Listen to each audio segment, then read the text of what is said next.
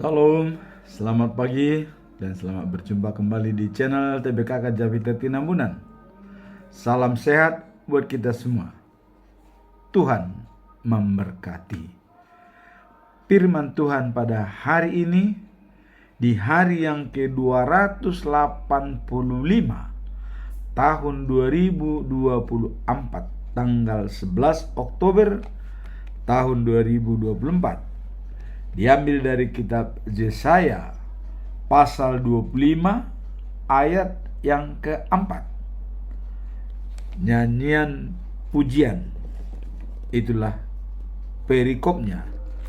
Sebagai nats atau ayat tersebut adalah sebagai berikut. Sebab engkau menjadi tempat pengungsian bagi orang lemah, tempat pengungsian bagi orang miskin dalam kesesakannya, perlindungan terhadap angin ribut, naungan terhadap panas terik. Sebab amarah orang-orang yang gagah sombong itu seperti angin ribut di musim dingin. Itulah firman Tuhan pada hari ini. Dan kita lihat dalam bacaan pagi, diambil dari kitab surat daripada Paulus yang kedua ke jemaat Korintus pasal 12 ayat 7 sampai 10. Ini perikopnya adalah seperti yang kemarin, wahyu dan penglihatan yang diberi Allah kepada Paulus. Kemudian bacaan malam diambil dari juga surat daripada Paulus yang kedua ke Timotius secara pribadi, pasal yang keempat ayat 7 sampai dengan 8. Harapan Paulus pada hari kiamat. Nah, sebagaimana pedoman kita selama bulan Oktober, selalu kita pakai dengan topik yaitu serahkanlah hidupmu kepada Tuhan menjadi persembahan hidup dan benar. Penjabarannya adalah dalam Roma pasal 12 ayat yang pertama.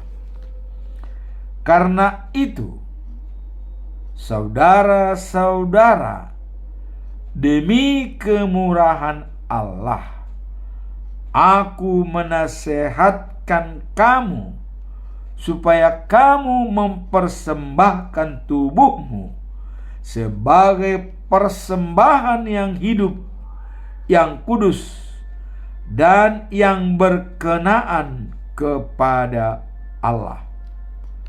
Itulah ibadah sejati. Jadi itu adalah ibadah sejati. Jadi persembahan hidup kita sebagai persembahan hidup dan benar, itulah ibadah sejati. Jadi tubuh kita selalu kita persembahkan kepada Tuhan. Artinya menjaga tubuh kita supaya tetap suci sebagai persembahan yang kudus dan benar kepada Tuhan. Ibadah sejati adalah menyerahkan hidup kita kepada Tuhan sebagai persembahan hidup dan benar. Hidup berarti kekal selama-lamanya. Bukan hidup seperti hidup sekarang, ya. Kita diberikan kehidupan mungkin umur maksimum sampai 70 tahun itu sudah hebat, ya. bahkan mungkin tidak mencapai 50 tahun atau masih bayi meninggal ya. Jadi hidup di sini adalah hidup yang kekal ya. Jadi persembahan hidup dan benar, artinya hidup berarti kekal selama-lamanya. Benar berarti sesuai dengan pesan Yesus. Apa pesan daripada Tuhan Yesus? Ya. Nah, dikatakan dalam Yohanes pasal 14 ayat 6. Akulah jalan dan kebenaran dan hidup. Tidak ada seorang pun yang datang kepada Bapa kalau tidak melalui aku. Nah, jadi ini jelas dikatakan oleh Yesus, hanya melalui Dia kita bisa sampai kepada Bapa. Kenapa dikatakan hanya melalui Dia? Karena Dia sendiri adalah Allah. Ya. Jadi orang-orang tidak mengerti masalah pengertian ini. Kenapa Yesus mengatakan bahwa tidak ada sampai kepada Bapa tanpa melalui Dia? Karena Dia sendiri adalah Bapa. Tuh, jadi dengar kawan-kawan, jangan bodoh ya. Jadi kalau mengatakan Yesus itu anak, itu ini dengan kata-kata ini, akulah jalan dan hidup dan kebenaran. Ya. Nah, tanpa melalui aku tidak ada yang sampai kepada Bapa. Kenapa? Karena Dia atau Yesus itu adalah sebagai Bapa sendiri. Tuh. Jadi sekarang jangan lagi ragu, siapa itu Yesus, siapa Allah. Allah sama dengan Yesus, sama dengan Debata, sama dengan Jehovah ya. Jadi jangan dalam agama-agama Kristen juga banyak ajaran sesat sekarang ini ya. Seperti disampaikan di Facebook itu. Beda. Allah itu adalah Allahnya Arab katanya. Wah, iya. Kemudian Debata orang Batak itu berhala katanya. Wah, bingung lagi kita. Nah, terus dikaitkan dengan Tawarik pasal 16 ya, dikaitkan bahwa ilah-ilah Israel. Ilah itu ditulis huruf kecil, bukan huruf besar. Jadi beda Baal dengan Allah itu kan, kalau dikatakan Allah Israel huruf kecil, itu ilah-ilah itu. Jadi bukan Allah. Tapi kalau Allah huruf besar, itu Tuhan. Jadi membedakan dalam Alkitab antara huruf besar dan huruf kecil. Kalau huruf kecil itu ya adalah Baal, walaupun dikatakan ilah Allah ya, itu Baal, bukan Tuhan Allah. Nah, jadi sekarang sudah dijelaskan oleh Yesus, akulah jalan dan hidup dan kebenaran. Tidak ada sampai kepada Bapa tanpa melalui aku. Ya, karena Bapa itu sendiri adalah Dia. Ya. Nah, cuman kita tidak mengatakan Tuhan bersandiwara. Memang manajemen Tuhan seperti itu. Ya. Karena Tuhan tidak bisa langsung bertemu dengan manusia. Waktu di Gunung Sinai, apa yang terjadi? Ya. Waktu Allah sebagai Raja Israel langsung, ya, Dia menunjukkan dirinya dengan apa? Tiang awan pada siang hari, tiang api pada malam hari. Siapa yang kuat? Coba kalau datang dengan api, kuat enggak kita? Ya jangankan melihat aja udah takut, apalagi mendekati, mati. Apalagi tiang awan yang menggelegar, dihembuskan kita. Nah, jadi jangan sampai ada salah persepsi kepada teman-teman, apalagi masalah Trinitatis ya. Yesus, Allah, Roh Kudus itu satu, bukan tiga, satu kesatuan. Ya coba lihat segitiga sama sisi. Berapa segitiganya? 3. Berapa barangnya? 1. Ya itulah Allah. Allah 3 dalam tugasnya, tapi Dia sendiri. Jangankan Allah, ya Jupiter juga bisa jadi 3. Kalau di Batak, saya bahasa Batak, ya kan? Jelas. Kalau di Sunda, saya bahasa Sunda. Kalau di Amerika, apa bisa saya bahasa Batak atau bahasa Sunda? Ya enggak lah. Di Amerika saya bahasa Inggris, ya kan? Jadi perlakuan saya bisa 3, ya. Bahasa Batak, bahasa Sunda, dan bahasa Inggris. Nah, Indonesia, bahasa Indonesia ditambah lagi saya jadi 4 perlakuan saya, ya. Jadi bukan hanya 3. Nah, Tuhan menunjukkan 3 dimensi sebagai Allah pencipta, sebagai Yesus sebagai anak, Roh Kudus sebagai penolong. Jadi bukan Tuhannya Kristen itu 3, tidak, dan tidak beranak dan tidak diperanakkan. Jangan sekali-sekali lagi mengatakan Tuhan beranak dan diperanakkan. Hai teman-teman ya, jangan. Saya jelaskan sekarang itu bahwa tanpa Yesus kita tidak bisa sampai kepada Bapa. Kenapa? Karena Yesus itu adalah sama dengan Bapa. Jadi jangan lagi ragu.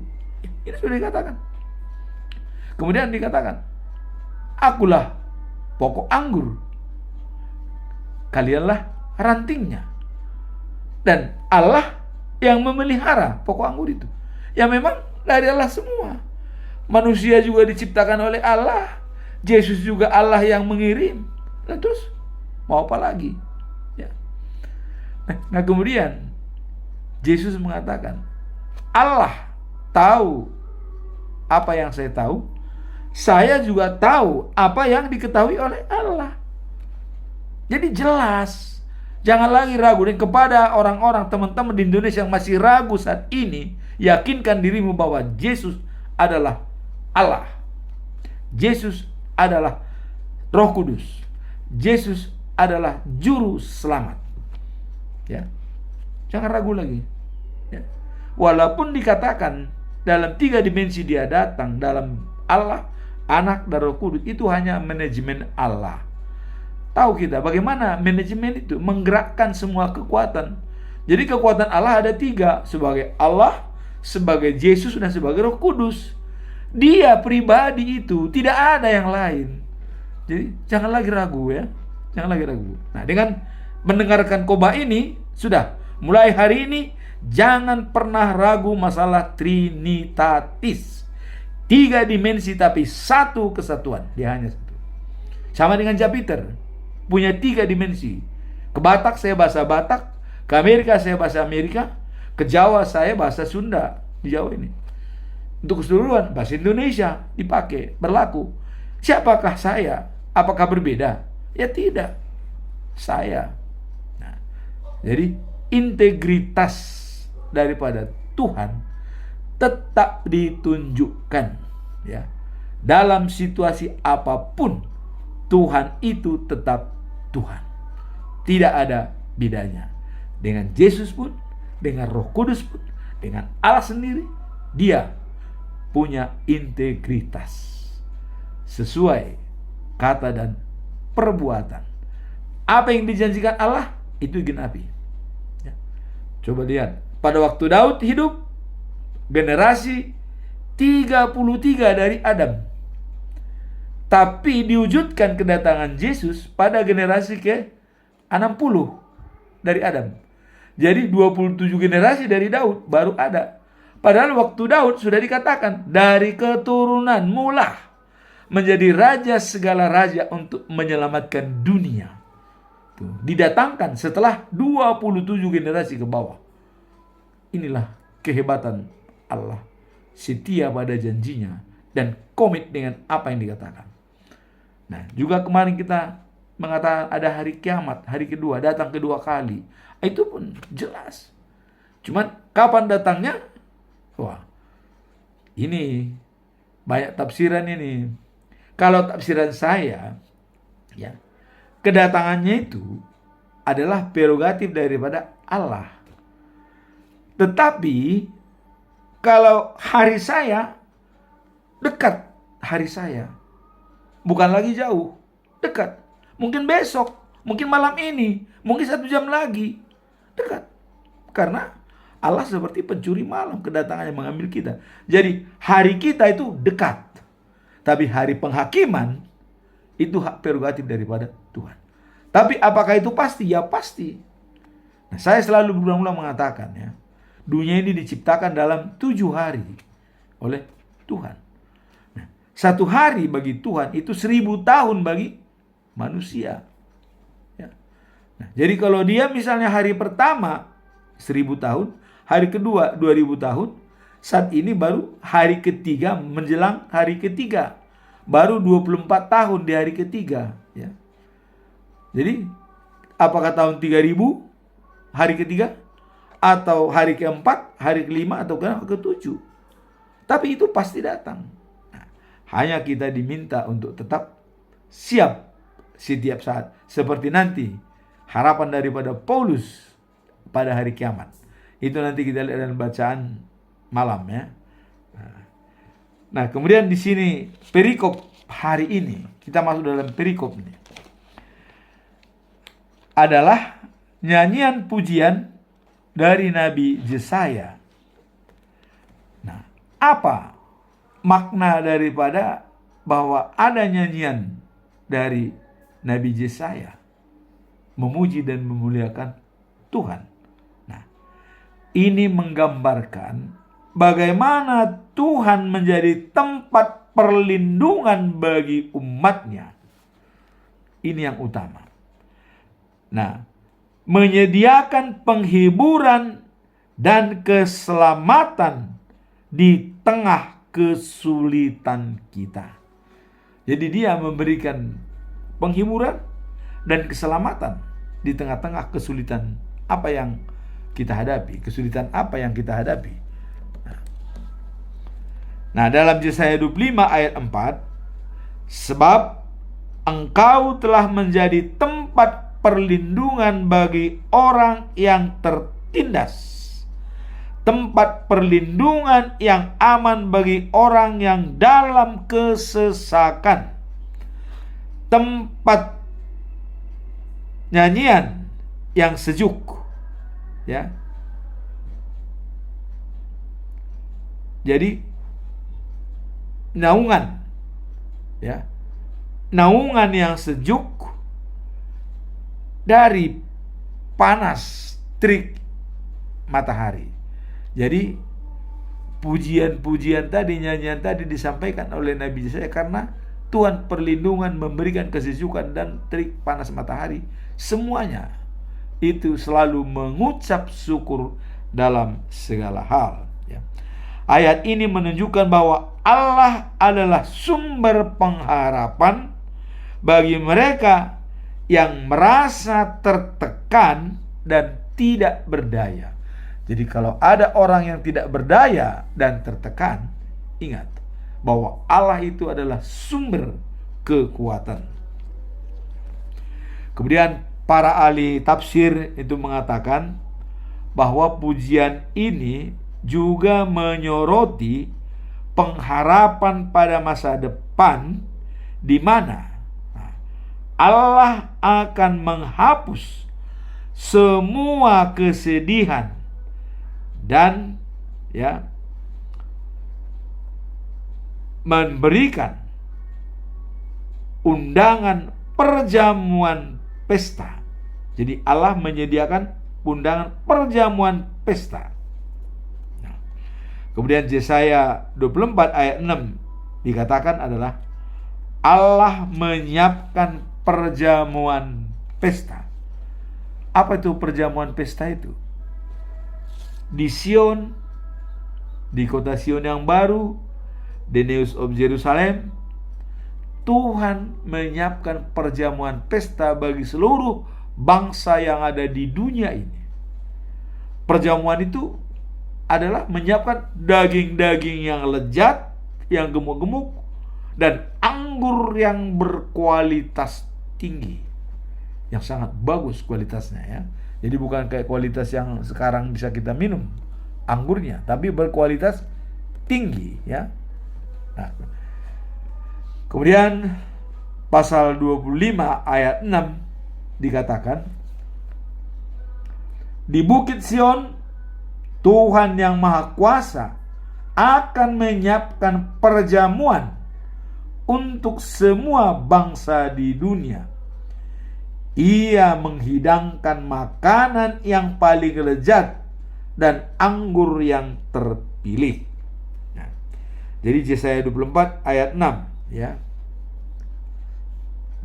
ayat 6. Tadi saya bilang ayat 4, ini adalah ayat 6. Dia menyiapkan perjamuan pesta dengan daging-daging yang sangat lezat dan anggur yang berkualitas tinggi. Nah, kemudian di bukit itu ia akan menyingkapkan awan kesedihan yang menyelubungi bangsa-bangsa. Jadi kalau ada awan kesedihan, itu akan terbuka semua. Tidak ada lagi di sana tangis dan kesedihan. Semua akan bersukaria.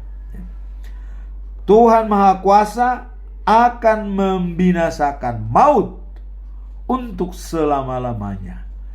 Jadi maut itu akan dibinasakan oleh Allah selama-lamanya. Tidak ada lagi maut di sana. Tinggal kesenangan. Ia akan menghapus air mata dan setiap wajah ditanggung, ya, dan menjauhkan kehinaan yang ditanggung umatnya di seluruh bumi, ya. Tuhan sudah berbicara dan hal itu pasti terjadi. Nah, jadi dengan adanya The News of Jerusalem, life after life, itu pasti terjadi.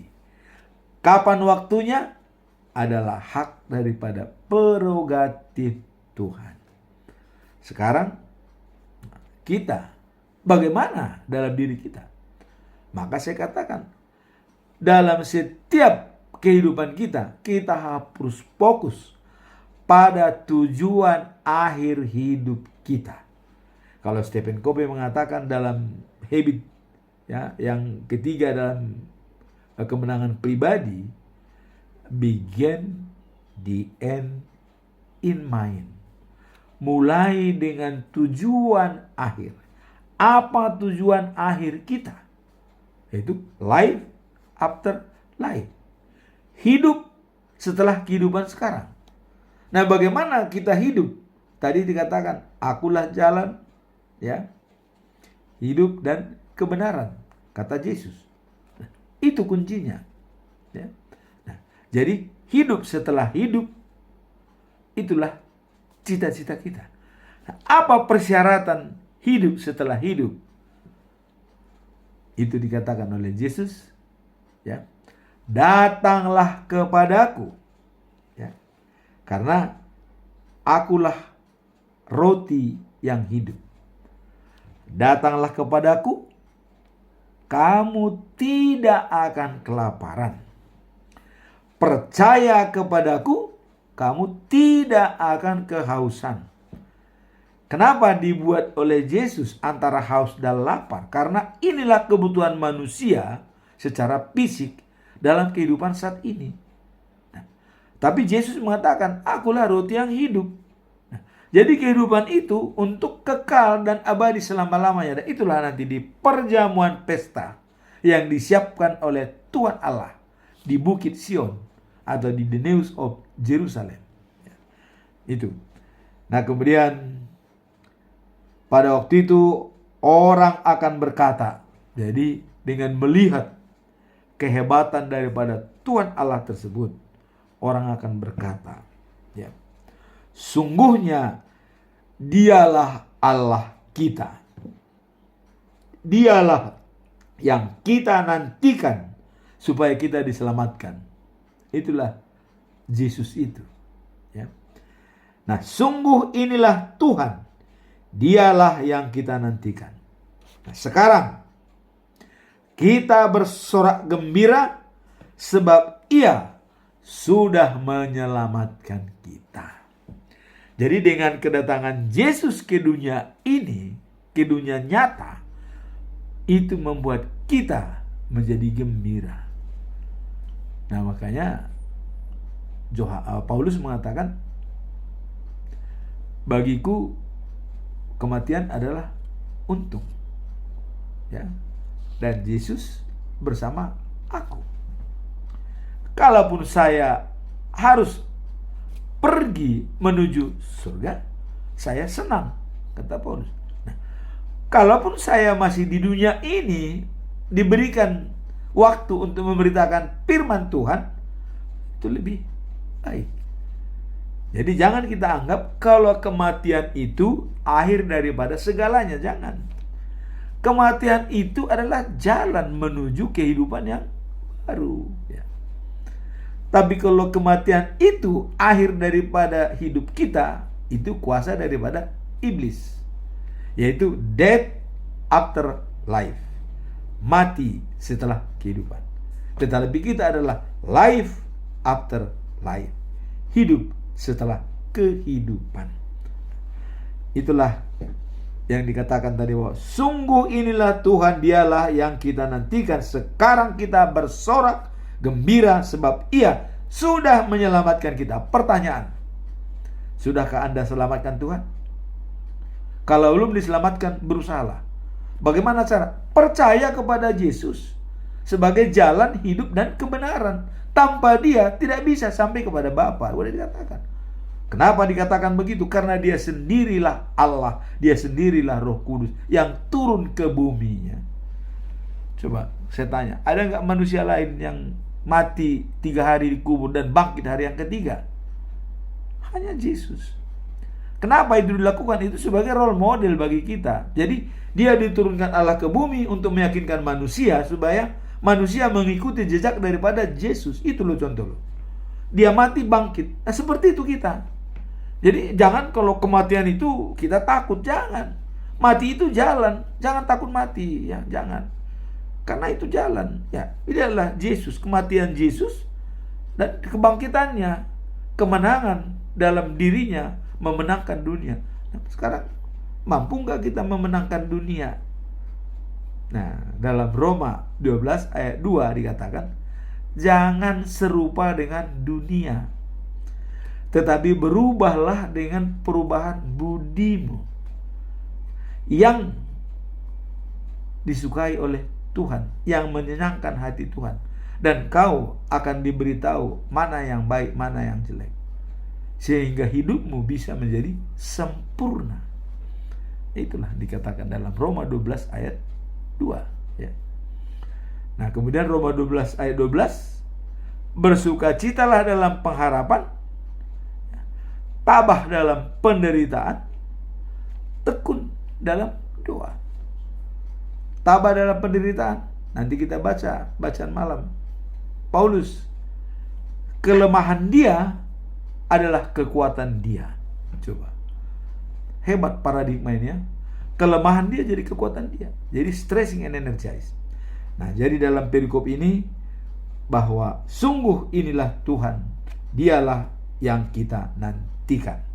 Nah, itulah nyanyian pujian dari Nabi Yeremia Yesaya yang disampaikan dalam pasal 25 ayat yang keempat. Nah, kemudian sekarang kita masuk dalam bacaan pagi, diambil dari 2 Korintus pasal 12 ayat 7 sampai 10. Nah, ini wahyu dan penglihatan diberi Allah kepada Paulus. Kemarin kita telah membaca Paulus diangkat naik ke surga, dan ya, Paulus masih bertanya, apakah benar itu diri saya yang naik ke surga, yang diangkat itu? Paulus mengatakan, hanya Tuhan yang tahu. Dia sendiri tidak tahu apakah benar, tapi Tuhan yang tahu. Nah, namun ya, Paulus dalam perikop ini, dalam pasal 12 ayat 7 sampai 10 ya, apakah pesan moral perikop ini dari pasal 12 ayat 7 sampai 10? Nah, adapun pesan moral perikop ini sangat mendalam ya, menunjukkan bahwa dalam kelemahan dan penderitaan ada kekuatan yang berasal dari Allah. Nah, jadi dalam kelemahan dan penderitaan ada kekuatan yang berasal dari Allah. Paulus mengajarkan bahwa tantangan dan kesulitan hidup dapat menjadi sarana untuk mengalami kuasa Allah yang lebih besar.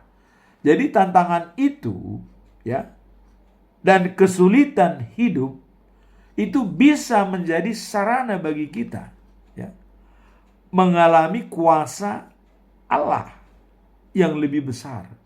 Jadi bisa kita dengan tantangan dan kelemahan itu menjadi kuasa yang lebih besar oleh diberikan Tuhan. Jadi jangan sekali-kali kita mengatakan bahwa kelemahan kita itu adalah merupakan hukuman dari Allah. Jangan. Pakailah kelemahan itu menjadi kekuatan baru bagi kita. Ini kata Paulus, ya. Nah, dalam ayat ini Paulus bicara tentang duri dalam daging yang, ya, diterimanya. Apa itu duri dalam daging? Nah, ini sebuah simbol dari penderitaan yang mungkin tidak pernah hilang. Jadi ada penderitaan yang tidak pernah hilang. Itu yang dikatakan duri dalam daging. Nah, dalam hal ini Paulus, ya, dia memohon kepada Tuhan agar disembuhkan. Jadi Paulus sudah memohon duri dalam daging ini supaya disembuhkan. Tetapi Tuhan menjawabnya, ya, dengan mengingatkan bahwa kekuatannya sempurna dalam kelemahannya. Jadi kalau ada duri dalam daging kita, itu kita pakai sebagai sumber kekuatan kita bersama dengan Tuhan. Dan kita mungkin tahu, ya, ada penyakit yang tidak bisa sembuh dalam daging kita. Tapi itu merupakan kekuatan kita untuk selalu minta kekuatan dari Tuhan. Bisa saja tidak sembuh-sembuh. Sebab kalau sembuh mungkin kita sudah lupa kepada Tuhan. Dibiarkan itu, penyakit itu, duri itu dibiarkan dalam daging kita. Supaya kita tetap ingat kepada Tuhan. Jadi jangan sekali-sekali kita menganggap kalau ada duri dalam daging kita, itu menjadi kelemahan kita. Tidak. Itu bisa kekuatan kita untuk membangun kembali. Ya. Dan bisa tercontoh ini. Misalnya, kita punya keluarga. Ya, ada istri. Selalu memarahi kita. Salah duduk, salah berdiri. Itu mengingatkan kita. Jangan kita menyalahkan dia. Karena itu mungkin, ya, duri dalam daging itu seperti itu. Tapi duri itu kita pakai untuk menguatkan kita. Ya. Jadi bisa saja dia sering mengingatkan kesalahan-kesalahan kita. Begini. Bagi kita itu memang duri. Tetapi duri itu untuk membuat kita menjadi kuat. Itu menjadi sumber kekuatan kita. Sehingga kita bisa melihat diri kita dari pesan orang lain kepada kita. Menunjukkan kelemahan kita adalah untuk menguatkan kita untuk memohon kepada Tuhan. Seperti Paulus. Dalam kelemahannya, dia menjadi kuat. Nah, jadi di sini melalui pengalaman Paulus, ya, yaitu memahami bahwa dalam situasi yang sulit ia dapat lebih mengandalkan kekuatan Tuhan sehingga ia, ya, bersukacita dalam kelemahannya. Wah, dia bersukacita dalam kelemahannya. Coba. Jadi bukan dibenci, kelemahannya itu tidak dibenci, tapi dia bersukacita. Karena dengan kelemahan itulah dia minta kekuatan kepada Tuhan. Kelemahan kita apa misalnya? Ya. Ada sakit penyakit kita. Misalnya saya pernah diponis oleh dokter bahwa dalam empedu ada banyak batu dalam empedu. Nah, cuma tidak besar-besar, masih kecil-kecil. Tapi ini kelemahan saya, ini bisa untuk menguatkan saya. Kalau saya sudah tahu ada batu empedu. Larangannya apa? Jangan makan yang berlemak-lemak. Makanlah sayuran. Jadi dengan kelemahan itu kita tahu sudah ginjal kita bermasalah. GPR-nya turun dari 90 menjadi 33 atau stadium 5. Apa musuhnya? Kita cari di Google bagaimana perbaiki ginjal. Buahnya nanas bisa membantu ya. Kemudian minum minyak zaitun ya sama madu setiap hari. Jadi kelemahan kita itu kita pakailah untuk menjadi kekuatan kita dan minta kepada Tuhan. Inilah yang dikatakan oleh Paulus di sini. Ini adalah mengajarkan kepada kita bahwa kadang-kadang penderitaan kita alami dapat memberikan kesempatan untuk mengalami kasih dan kuasa Tuhan lebih nyata. Jadi, inilah yang dikatakan stressing and energize. Ada 2 orang ya. Terjadi contoh ini. Dia mengalami kebakaran. Yang satu orang kebakaran habis hartanya, dia sedih. Sehingga dia menjadi bangkrut dan tidak bisa berbuat apa-apa. Tapi satu orang lagi dengan kebakaran, dia stres. Ini dipakai untuk membangun kembali dan mencari kembali supaya kembali. Sambil berdoa dia. Jadi ini namanya stress and energize. Dalam keadaan stres, dia menjadi bersemangat. Tapi kalau orang dalam keadaan stres langsung putus asa, itulah maka dikatakan adalah stressing and dead dan stressing and energize. Nah, Paulus mengatakan stressing and energize, bukan stressing and dead. Jadi dalam keadaan stres kita tidak putus asa dan tidak mati, tapi kita selalu mencari energi baru. Dalam kelemahan itu kita membangun kekuatan baru bersama Tuhan. Inilah pesan moral dari 2 Korintus pasal 12 ayat 7 sampai 10 ya. Menunjukkan bahwa dalam kelemahan dan kesulitan seseorang dapat menemukan kekuatan yang datang dari Tuhan. Jadi dalam kelemahan kita itu, kekuatan itu bisa datang dengan sendirinya dari Tuhan. Inilah pesan moral dari hal tersebut. Nah, ketika Paulus menghadapi penderitaan ya yang terus-menerus, ia belajar bahwa kasih karunia Allah cukup untuknya dan kuasa Tuhan menjadi nyata ya ketika ia merasa lemah. Ini menggambarkan bagaimana tantangan hidup menjadi sarana untuk menguatkan diri kepada Allah dan mengandalkan kekuatannya. Jadi untuk berserah diri kepada Tuhan. Sekarang bagaimana doa kita kepada Tuhan dengan hal tersebut, kelemahan itu? Mari kita dengar. Kita berdoa. Tuhan yang Maha Kuasa, dalam kelemahan ini saya mohon agar Engkau memberikan kekuatan dan penghiburan. Bantulah saya untuk melihat kasih karunia-Mu yang cukup dalam setiap kesulitan yang dihadapi. Dalam nama Tuhan Yesus Kristus. Amin. Itulah doa kita. Dalam kelemahan kita menjadi kekuatan kita dan menjadi energi kita. Kemudian kita masuk dalam bacaan malam, diambil dari 2 Timotius pasal 4 ayat 9 sampai 8. Nah, inilah harapan daripada Paulus pada hari kiamat. Dengan dia menang dalam perlombaan dan bisa memenangkan kejadian pada dirinya, duri dalam dagingnya, kelemahan dia dibikin jadi kekuatan, maka harapan Paulus adalah pada hari kiamat itu apa?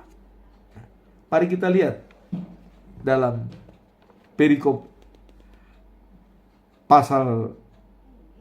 dalam perikop 2 Timotius pasal 4 ayat 9 sampai 8. Harapan Paulus. Apa pesan moral dari 2 Timotius ya? Pasal 4 ayat 7 sampai 8. Ini adalah harapan dari Paulus ya. Rasul Paulus ya menyampaikan harapan dan keyakinannya tentang kehidupan kekal yang akan diberikan kepada mereka yang setia kepada Tuhan. Ia menyatakan ya bahwa setelah berjuang dalam iman, ia ya menantikan mahkota kebesaran yang akan diterimanya, seperti pesan Yesus pada Yohanes 6 ayat 35. Jadi ini yang menjadi dinanti-nantikan oleh semua orang yang percaya kepada dia. Dan inilah harapan daripada Paulus setelah dia memakai kelemahan dia sebagai kekuatan, dan dia sudah memenangkan suatu pertandingan atau perlombaan dan tetap setia kepada Tuhan. Nah, pada Yohanes 6 ayat 32 ya, kata Yesus kepada mereka, "Akulah roti hidup. Barang siapa datang kepadaku, ia tidak akan lapar lagi. Dan barang siapa percaya kepadaku, ia tidak akan haus lagi." Lapar dan haus adalah kebutuhan primer atau yang utama bagi kehidupan manusia. Yesus melihat kebutuhan fisik itu dicontohkan kepada manusia untuk menjadi berubah kebutuhan rohani untuk hidup yang kekal. Maka Yesus mengatakan, "Akulah roti yang hidup." Roti yang hidup itu artinya selama-lamanya, bukan hidup begitu saja, tidak, selama-lamanya. Maka datang kepadaku tidak akan lapar, percaya kepadaku tidak akan haus. Jadi jelas di sini dikatakan. Nah, dalam ayat ini ya, Rasul Paulus mengekspresikan harapannya untuk menerima mahkota kebenaran sebagai hadiah bagi setiap orang yang setia hingga akhir. Nah, maka dikatakan dalam Galatia 6 ya, ayat yang ke-9, "Jangan jemu-jemu berbuat baik, karena pada saatnya kita akan menuai apabila." Nah, jadi ada apabila, tidak lemah. Nah, di sini pun tadi dikatakan bagi setiap orang yang setia hingga akhir, dia akan mendapatkan ya harapannya untuk menerima mahkota kebenaran sebagai hadiah. Jadi hari kiamat itu menerima hadiah mahkota kebenaran ya. Nah, kalau tadi Yesus mengatakan tidak akan lapar lagi, tidak akan haus lagi. Jadi dengan demikian tadi dan di saya adalah perjamuan pesta disiapkan oleh Tuhan di Bukit Sion dengan makanan yang lezat-lezat dan anggur yang berkualitas. Jadi di sini sudah jelas undangan perjamuan pesta datang dari Allah. Dan di sini dikatakan kita akan menerima hadiah itu, kata Paulus, kalau kita tidak lemah. Nah, apa pesan moral? Ya.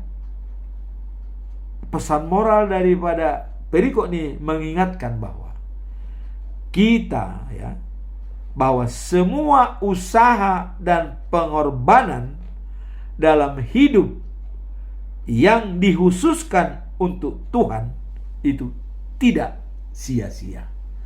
Jadi semua pengorbanan yang kita lakukan dikhususkan untuk Tuhan. Tuhan mencatat dan kita diundang dalam perjamuan pesta, menghapus air mata dan menyingkap awan yang menutupi belenggu-belenggu, semua itu terbuka.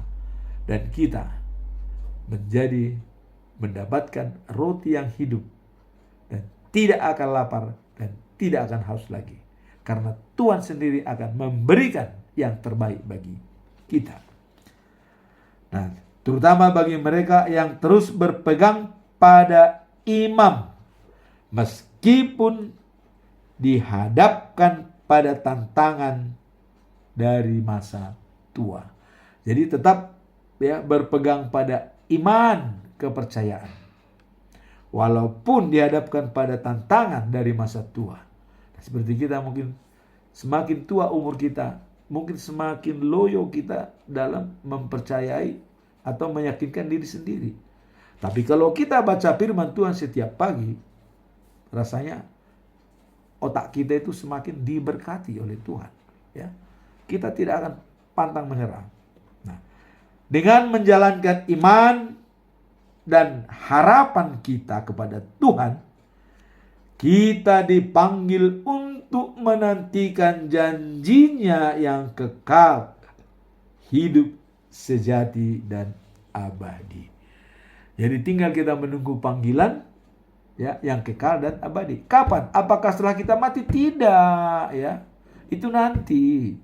Jadi kalau kita mati sekarang, itu hanya rest in peace, beristirahat dengan damai, karena sudah tidak lagi kita di dunia. Nah, tapi untuk menantikan hari kiamat itu, tunggu tanggal waktunya. Kalau waktunya sekarang, berarti kita masih hidup, itu diambil. Karena Tuhan itu menghakimi orang yang hidup dan yang mati. Namun waktunya kapan?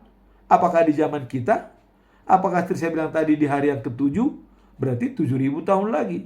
Di hari ke-6, 6.000 tahun lagi. Di hari ke-5, 5.000 tahun lagi. Tapi kita tetap sabar.